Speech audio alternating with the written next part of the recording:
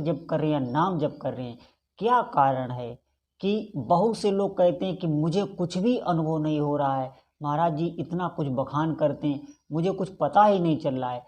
सच मानिए, आज आपके सारे संशय दूर हो जाएंगे। पूरा ध्यान से सुनना। सभी साधक जो अभी नहीं कर रहे हैं उनके लिए भी ये है, वो भी लगें।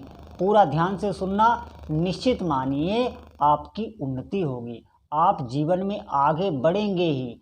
आज तक कोई निराश नहीं हुआ है, आप निराश नहीं होंगे। ये सब झूठी बातें नहीं हैं, ये बिल्कुल सत्य हैं, प्रमाणित हैं और अनुभव की हुई हैं। मेरी ही नहीं, बहुत से संतों की अनुभव की हैं। आज तक जिसने जो भी पाया है वो जप योग से ही पाया है। इस बात को आप ध्यान करने और पूरा सत्संग बहुत ध्यान से सुने। जब साधक नाम जप आरंभ करता है तो वो नाम जप तो करता रहता है, लेकिन उसका चित्त बीच बीच में निकल जाता है। बीच बीच में आप देखना चित्त निकलता रहता है। जैसे आप नाम जप कर रहे हैं तो चित्त आपके हाथ से निकल गया, मन निकल गया। अब वो कहाँ कहाँ आपको ले जाता है ये तो भगवान ही जाने, आप ही जानो। लेकिन आप फिर प्रयास करते हैं, फिर वो निकल जाता है। यही जो होता है ये बार बार, यही आपको थोड़ा सिद्धि आने में, लाने में विलंब कर देता है। ध्यान से सुनना हमारी बात। आपको क्या करना है, बार बार उसको जबरदस्ती फिर नाम या मंत्र में लगाना है।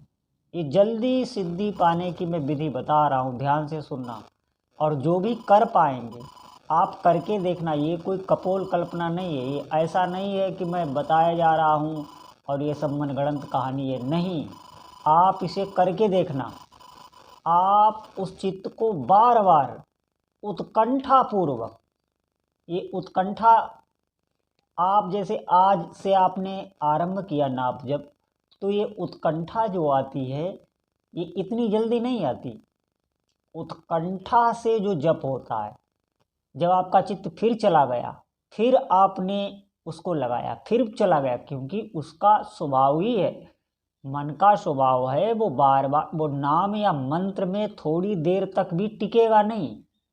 लेकिन आपको बार बार अभ्यास करना है। निश्चित मानिए थोड़ा ही समय ये व्यतीत करना होता है। जो मैं विधि बता रहा हूँ बहुत ध्यान से सुनना, सभी साधकों के लिए बहुत महत्वपूर्ण बात है। थोड़े दिन का ही है प्रयास आपको करना है, वो नाम या मंत्र में लगने लगेगा, एकाग्र होने लगेगा। और इसका मैं लक्षण भी आपको बता दे रहा हूँ। जब भी ये नाम या मंत्र में लगेगा, एकाग्रता आएगी आपकी, तो आपका जो शरीर है वो एकदम शून्य सा और बहुत हल्का सा हो जाएगा। निश्चित मानिए ऐसा होता है तो आप समझ लें आपका जप बिल्कुल ठीक चल रहा है। बिल्कुल शरीर हल्का और शून्य सा हो जाएगा, आपको ऐसा लगेगा मेरा शरीर है ही नहीं। और बहुत प्रसन्न दिव्य मुद्रा होती है, उसमें नाम जप से या मंत्र जप से हटने का मन नहीं करता है। ध्यान से सुनना हमारी बात, बिल्कुल आपका मन नहीं करेगा। संसार के सभी भोग भूल ही जाएंगे आप, इतना उसमें रस आने लगता है, इतनी दिव्यता आने लगती है, इतना चित्त को शांति, इतना अंदर आह्लाद प्रेम। सच मानिए ये सब झूठी बातें नहीं, ये कल्पना नहीं है।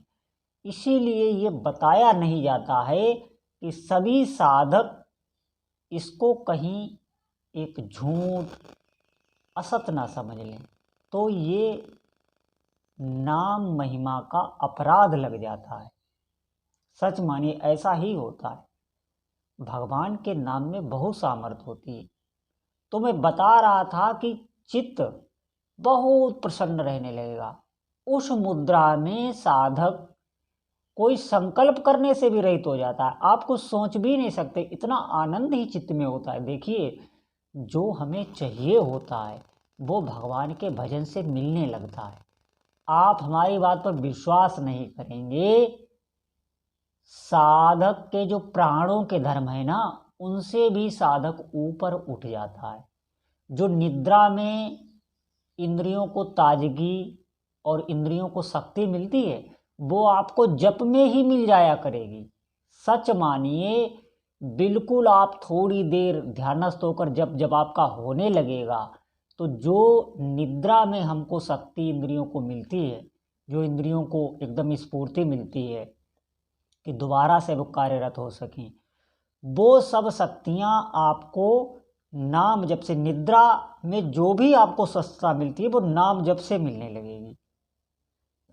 शरीर का पोषण अभी हमारा अन्न जल से होता है, सच मानिए आपके शरीर का पोषण जप से होने लगता है।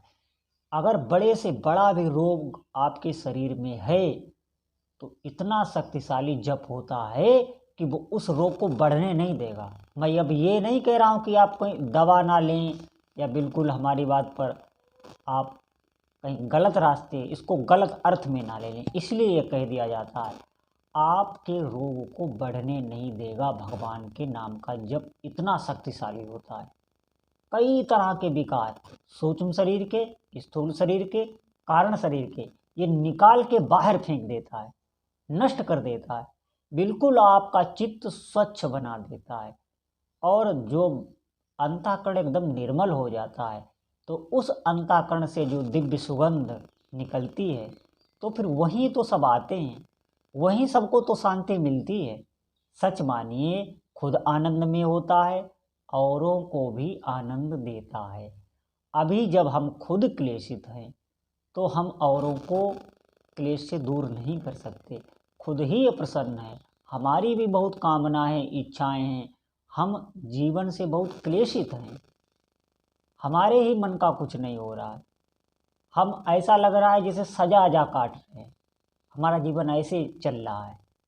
तो अभी हम क्या कर सकते हैं? कुछ नहीं, मैं आपको बता रहा हूँ, आप जप में लग।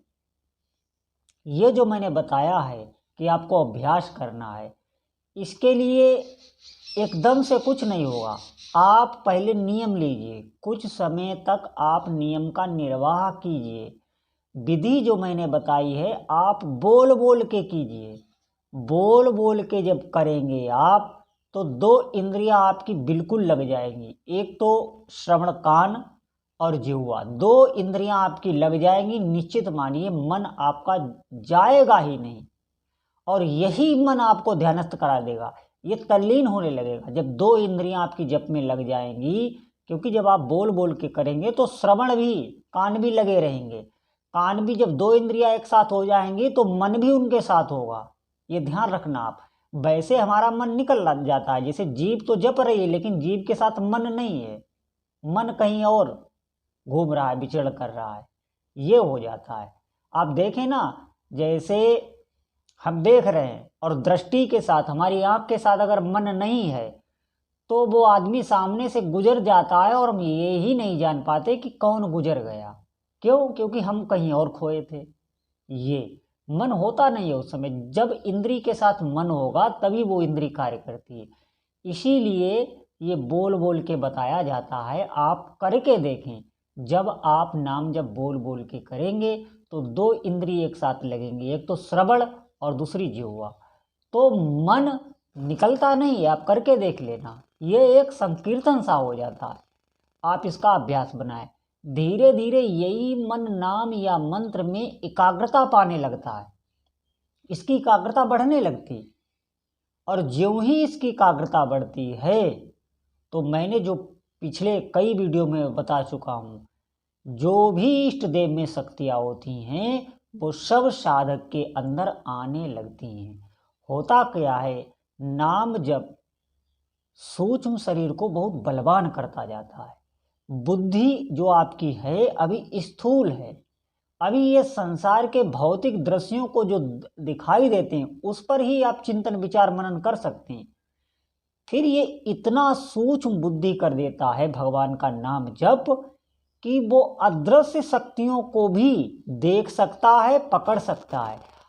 हम आपको सच बता रहे हैं, आपके आगे अगर आपका जप सही हो रहा है और आपके आगे अगर कोई भी व्यक्ति आएगा तो आप उसके मनो जो उसके अंदर, मन के अंदर जो उसके भाव चल रहे हैं वो तुरंत आपके आगे प्रदर्शित हो जाएंगे। वो आदमी आपके आगे बच नहीं सकता।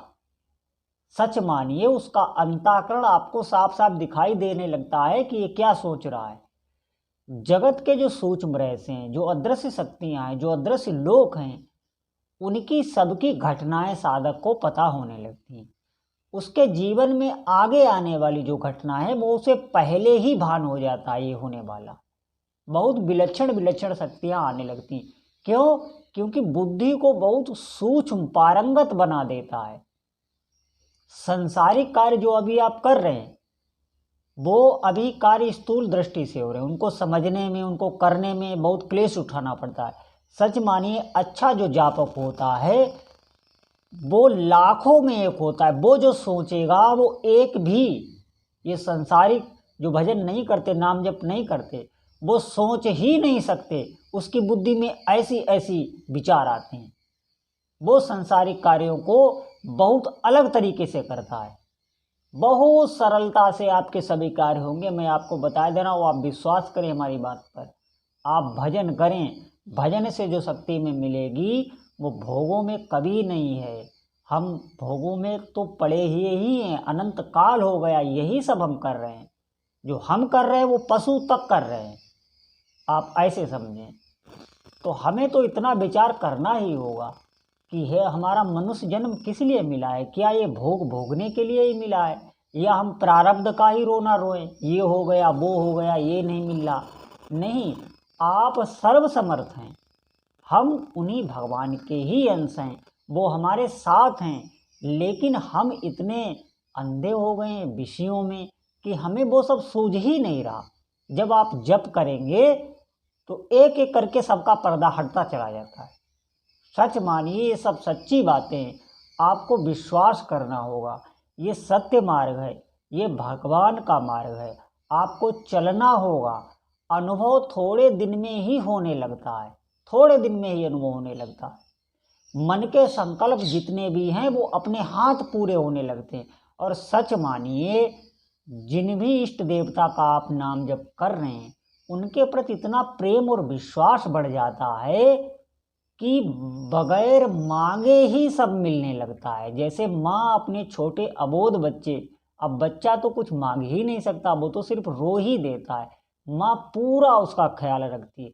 ऐसे ही इष्ट देव अपने भक्त का करने लगते हैं। हमें वहीं तक जाना है।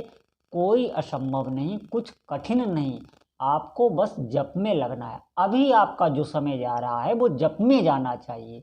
धीरे धीरे सब स्थिति आने लगेगी। समय को खोएं ना, समय बहुत अमूल्य है।